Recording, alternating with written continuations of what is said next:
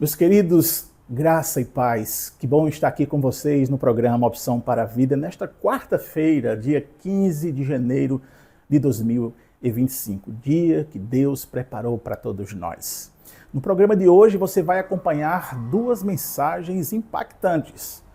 A primeira delas com o reverendo Hernandes Dias Lopes, onde ele vai ministrar sobre o tema Carregando as Cargas uns dos Outros. E também você vai acompanhar uma mensagem ministrada pelo pastor Levi Porto de Moraes. Fique conosco e acompanhe essas mensagens abençoadas.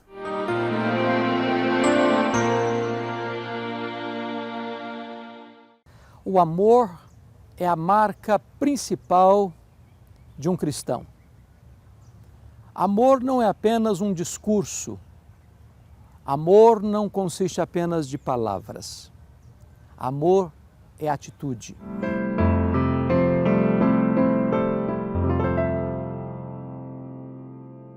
Por isso o apóstolo Paulo, ao escrever a sua carta aos Gálatas, disse que nós devemos levar as cargas uns dos outros. Não podemos viver no reduto do egoísmo. Não podemos viver tomados por esse sentimento de que a minha vida, a minha vontade deve prevalecer. Eu preciso olhar para o meu próximo como alguém a ser servido e não como alguém a ser explorado.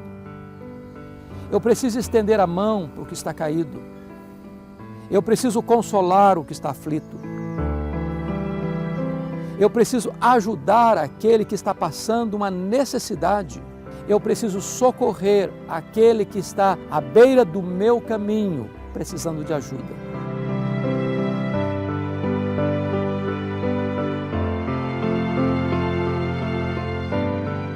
Precisamos ter olhos de bondade para ver que o irmão que está ao meu lado está sobrecarregado e o meu papel é aliviar o seu fardo, é ajudar esta pessoa a levar as suas cargas.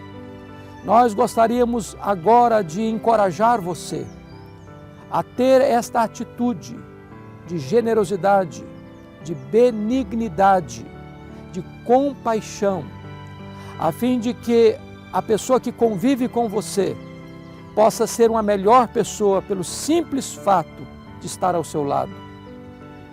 Eu encorajo você a ter atitudes e posturas de bondade prática na vida das pessoas que estão ao seu redor, na sua família, na sua parentela, no seu trabalho, na sua vizinhança.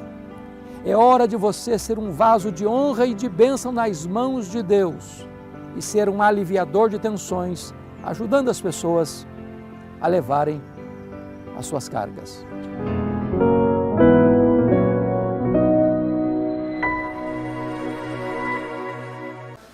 Reis, capítulo 18, vai ser colocado aqui também no nosso telão. Eu quero ler apenas o versículo 30 e depois nós discorreremos outros versículos de acordo com a necessidade daquilo que estaremos ministrando nesta noite. 1 Reis, capítulo 18, o versículo 30. Quando você encontrar, em sinal que você encontrou, eu vou pedir que você fique de pé. Amém? Só mais um momento. Encontrou? Fica de pé, em nome de Jesus.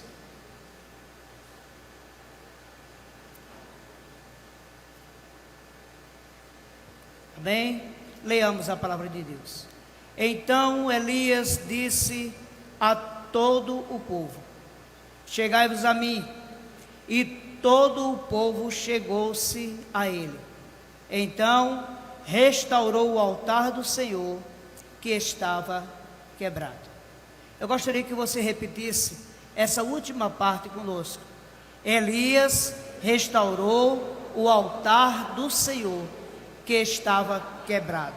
Em algumas traduções, que estava em ruínas. Deus, a palavra é tua e nós somos teus servos. Pedimos, ó Deus, que segundo a tua vontade, o teu beneplácito, o Senhor nos use para transmitir o que o Senhor já falou aos nossos corações.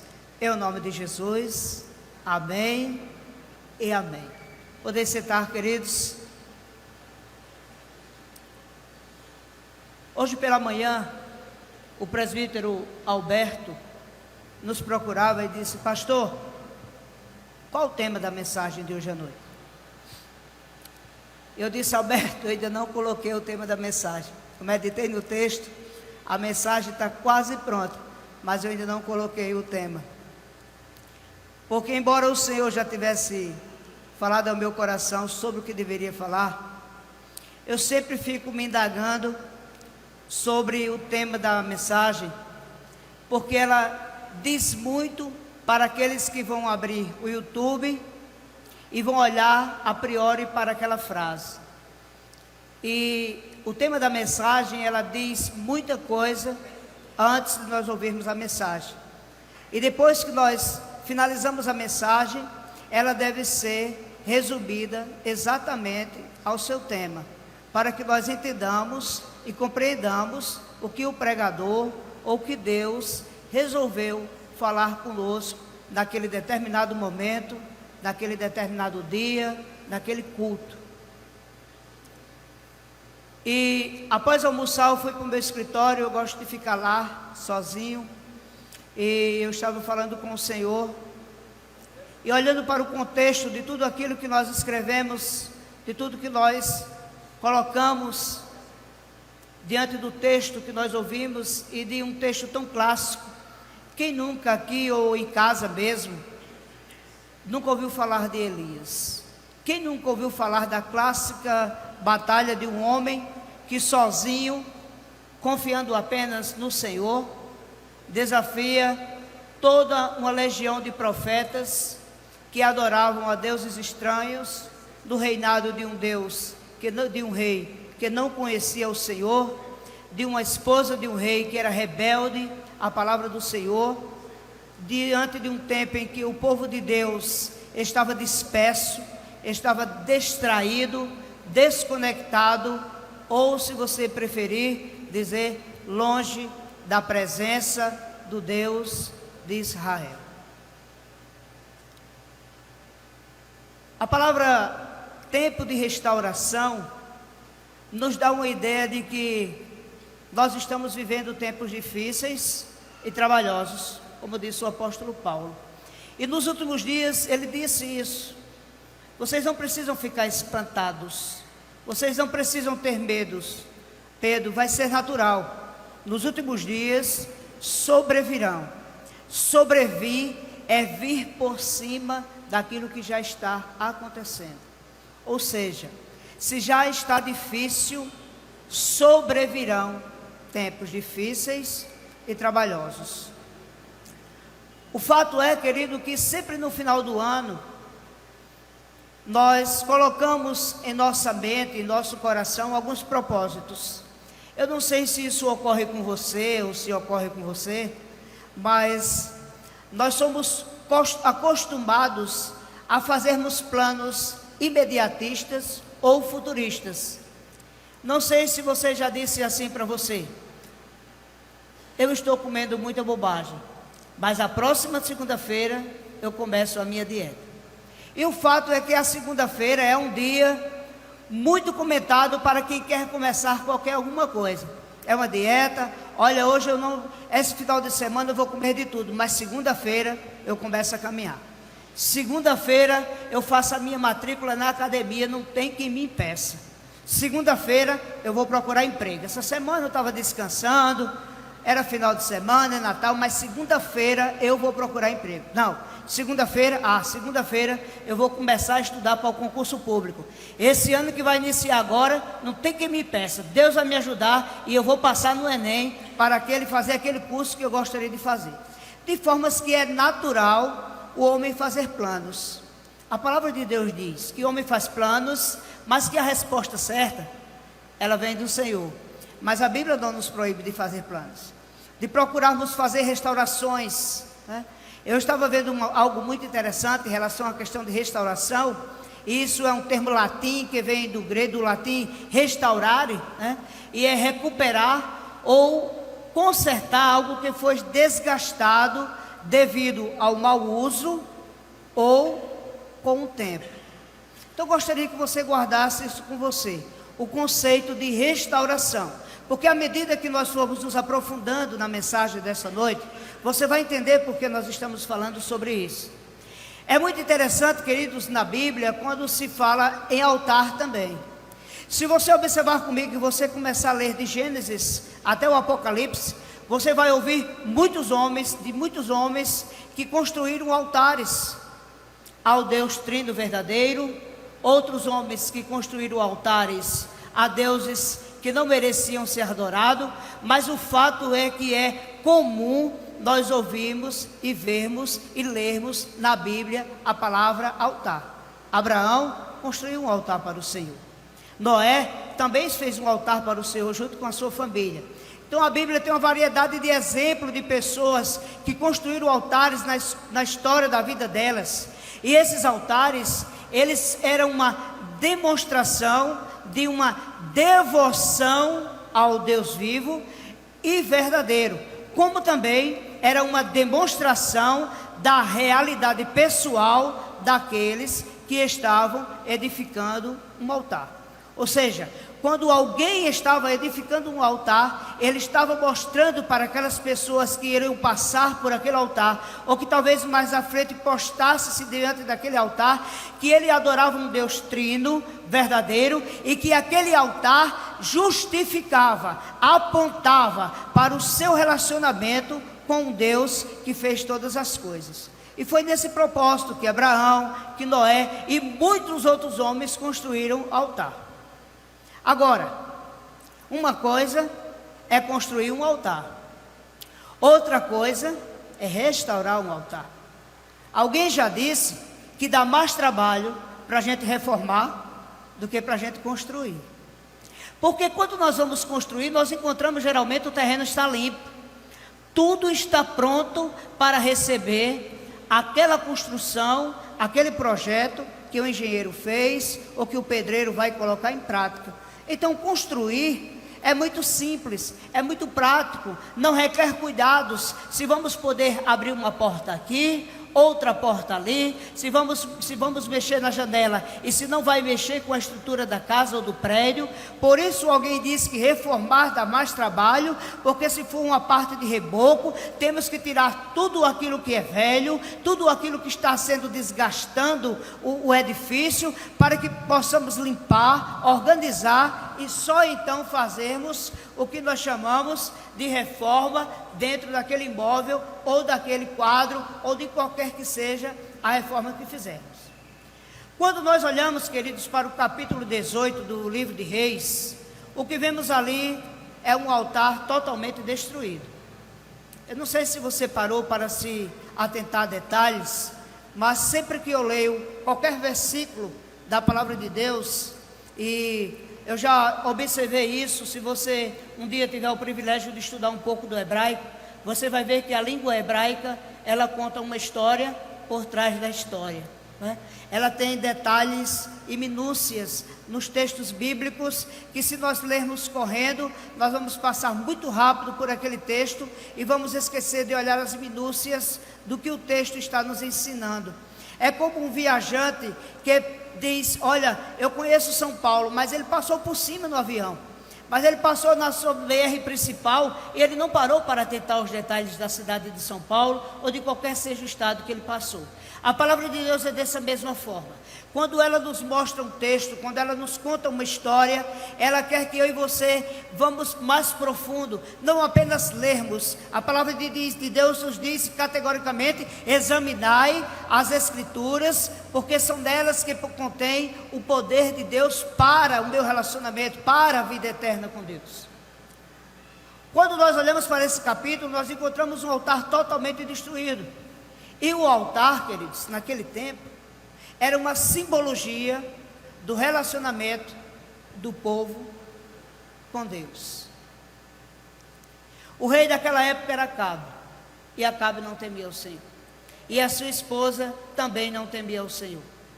Era um povo de cerviz dura, que adoravam os Baalins. É tanto que Elias teve que enfrentar 450 profetas dos que adoravam os Baalins. E o que a palavra de Deus nos diz é que o altar estava destruído, e que esse era um símbolo de relacionamento do povo com Deus, e um sinônimo de adoração, comunhão e espiritualidade. Guarde no seu coração. O altar é um símbolo de comunhão, de relacionamento e de espiritualidade com o Deus a quem nós servimos. E aí, o altar destruído é uma sinalização de como o povo estava degenerado, de como o povo estava corrompido, desfragmentado ou totalmente desconectado da presença de Deus.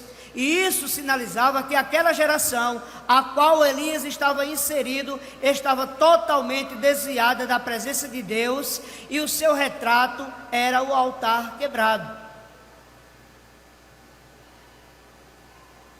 E quando Elias está diante daquele povo, ele dá a chance para que os profetas de Baal clamem primeiro.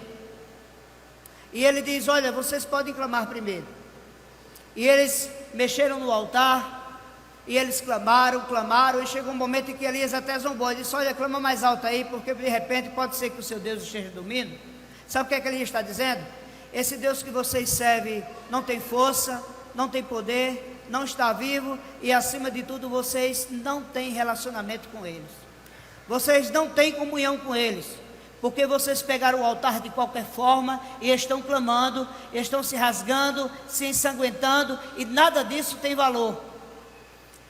E o povo de Israel, queridos, não estava ali apenas 450 profetas, todo o povo de Israel estava ali para ver aquele desafio e que era que ia dar. Porque um tempo atrás, você vai ver no texto que Elias olha para o povo de Israel e diz: olha, até quando é que vocês vão ter dúvidas? Até quando é que vocês vão cochear entre dois pensamentos? Se Baal é Deus, então vocês sirvam a Baal. Mas se Deus é Deus, vocês se arrependam, vocês sirvam ao Deus Todo-Poderoso que fez os céus e a terra. E aquele povo estava ali, como que diz assim: nós precisamos tomar uma decisão, mas para nos decidirmos diante desta situação, nós precisamos encontrar o caminho certo. Então nós precisamos ver esse desafio para observarmos se é Baal que é Deus, ou se é o Deus de Elias que é Deus, e nós não sabemos porque estamos em dúvida, estamos cocheando entre pensamentos. Um momento nós temos certeza de que o Deus de Elias, Deus de Israel, é o Deus soberano, mas em alguns momentos nós também adoramos a Baal. Isso me faz lembrar quando Moisés está no deserto e ele sobe por um período para estar no Monte Sinai recebendo de Deus a sua mensagem, a sua orientação, e aquele que era para estar ao seu lado, junto com ele, caminhando com o povo Abraão, de repente quando ele desce, tem gerado o que, queridos?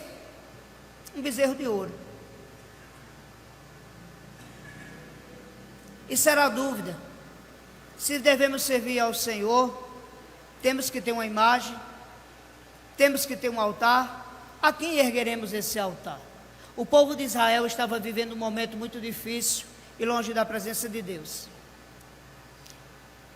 Mas me chama a atenção uma coisa, queridos, é que quando Elias percebe isso, quando ele percebe a situação difícil daquele povo de Israel, ele faz uma coisa que às vezes nós não fazemos e nem colocamos ela em primeiro lugar.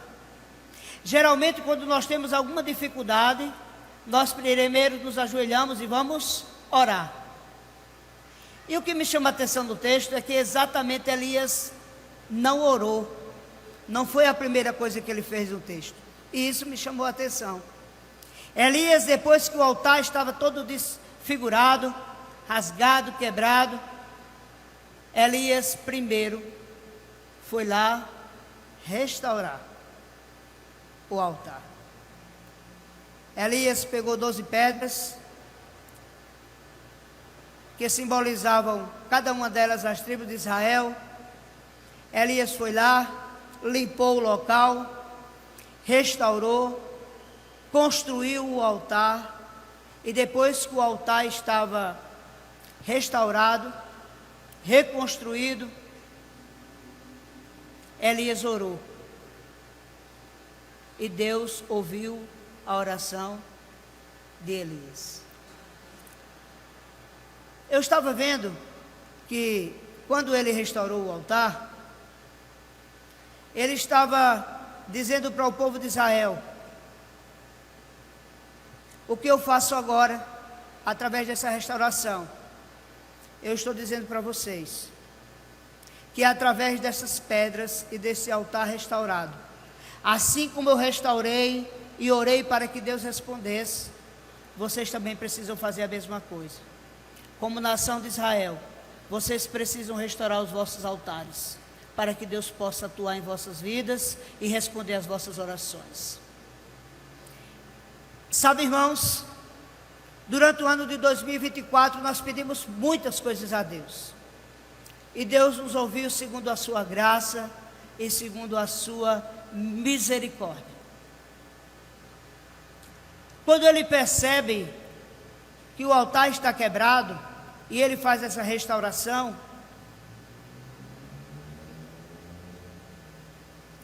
Ele traz para o povo a memória de que Deus não habita, que Deus não age em altar fragmentado, em altar quebrado, em altar com defeito, em altar sem comunhão, sem coinonia.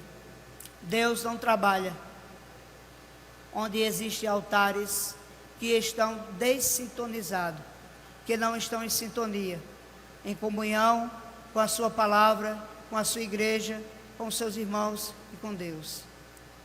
Elias estava dizendo para aquele povo que a principal atitude de um povo de Deus, de um homem de Deus, não é apenas oração, é a atitude de reconstruir aquilo que pode estar quebrado diante de Deus. Eu estava olhando para esse texto, eu disse: Senhor, se nós fizermos uma analogia e trazermos o contexto de 1 Reis, do capítulo 18, para o pós-modernismo e para as igrejas evangélicas que nós temos hoje em dia na atualidade, nós começamos a entender porque é que a ação de Deus não é vista mais entre o povo de Deus. Nós começamos a compreender porque é que nós não vemos, não visualizamos mais milagres dentro da igreja de Deus. Nós começamos a entender porque é que nós não vemos mais as pessoas serem batizadas, renovadas com o Espírito Santo. Nós não vemos mais pessoas com o dom de profetizar, e às vezes até nos assustamos quando alguém é usado por Deus em mistério. Nós estamos ficando ascéticos, como se a palavra de Deus estivesse mudada, como se ela não fosse mais a mesma, como se Deus não pudesse usar as pessoas em línguas estranhas, como se Deus não pudesse usar as pessoas em um dom de profecia, em um dom de cura, como se Deus não pudesse mais e nem tivesse mais a autoridade para fazer milagres, para fazerem coxo andar, para fazerem cego enxergar, quando isso é algo muito natural para o nosso Deus, porque foi Ele quem nos criou, Ele quem nos fez do pó da terra, soprou o pó, do pó Ele soprou nas nossas narinas e nos fez homem, ser vivente. Para Deus curar um olho é a coisa mais simples do mundo, para Deus fazer um coxo andar é a coisa mais simples do mundo, para Deus usar alguém em profecia é muito simples, mas para que Deus possa se instrumentalizar, o altar precisa estar restaurado, o altar precisa estar pronto, o altar precisa estar limpo. Eu não sei se você sabe, mas no texto diz que quando Elias consertou o altar, ele pediu água e ele jogou ao redor do rego que ele cavou por 2 ou 3 vezes. Você sabe por que fazia isso? E Elias fez isso naquela época? É porque era costume dos profetas falsos de Baal, quando eles faziam o altar, antes deles começassem o show e dizer que Baal respondia, eles escondiam por baixo daquele altar alguns artifícios inflamáveis, o qual eles chamavam de fogo de monturo, e em algum momento daquele ali eles batiam com algum tipo de artífice e ali se pegava fogo e se dizia que foi Deus que tinha respondido. Sabe, irmãos, nós temos que ter muito cuidado com aquilo que nós chamamos que é poder de Deus dentro da nossa vida, da nossa casa, na nossa igreja, na nossa sociedade. Mas de uma coisa eu sei: se o altar de Deus estiver em dias, se o altar estiver restaurado, se ele estiver na presença de Deus, Deus vai usar ele da melhor forma possível para a honra e a glória e o louvor do nome dele. Que bom que você chegou até aqui, que você ouviu a mensagem da palavra de Deus, foi edificado. Espero que tenha de fato edificado a sua vida, que você possa então aplicar a cada mensagem no seu coração. Espero você para o programa de amanhã. Até lá, fica com Deus.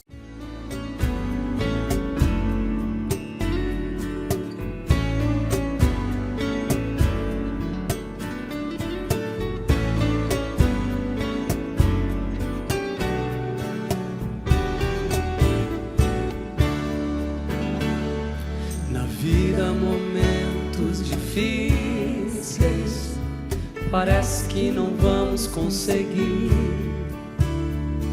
A paz da alma já se foi há tempo, o mundo desabou sobre você. O dia de amanhã não sai da mente, pensando no que pode acontecer.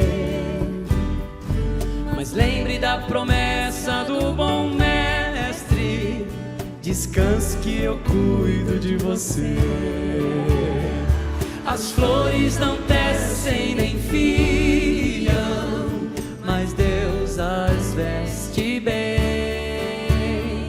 As aves não plantam nem colhem, mas Deus elas sustém.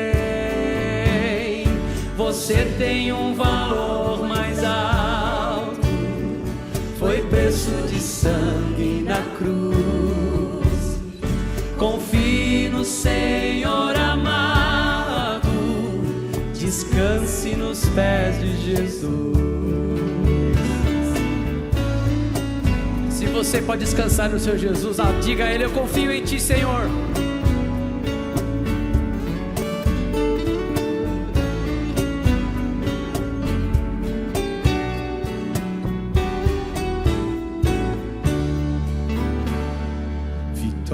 Para aquele que espera, com fé e esperança em Deus. Os olhos de Deus estão vendo, atentos para o seu viver. Não fique com a alma ansiosa, confie no Deus de poder. Sabe o que Ele faz? A tempestade Ele acalma, só Ele o futuro prevê. As flores não tecem nem fiam, mas Deus as veste bem. As aves não plantam nem colhem, mas Deus elas sustém. Você tem um valor mais alto, foi preço de sangue na cruz. Confie no Senhor amado, descanse nos pés de Jesus. As flores não tecem nem fiam, mas Deus as veste bem. As aves não plantam nem colhem, mas Deus elas sustém. Você tem um valor mais alto, foi preço de sangue na cruz. Confie no Senhor amado, descanse nos pés de Jesus. Confie no Senhor amado, descanse nos pés de Jesus. Confie no Senhor amado, descanse nos pés de Jesus.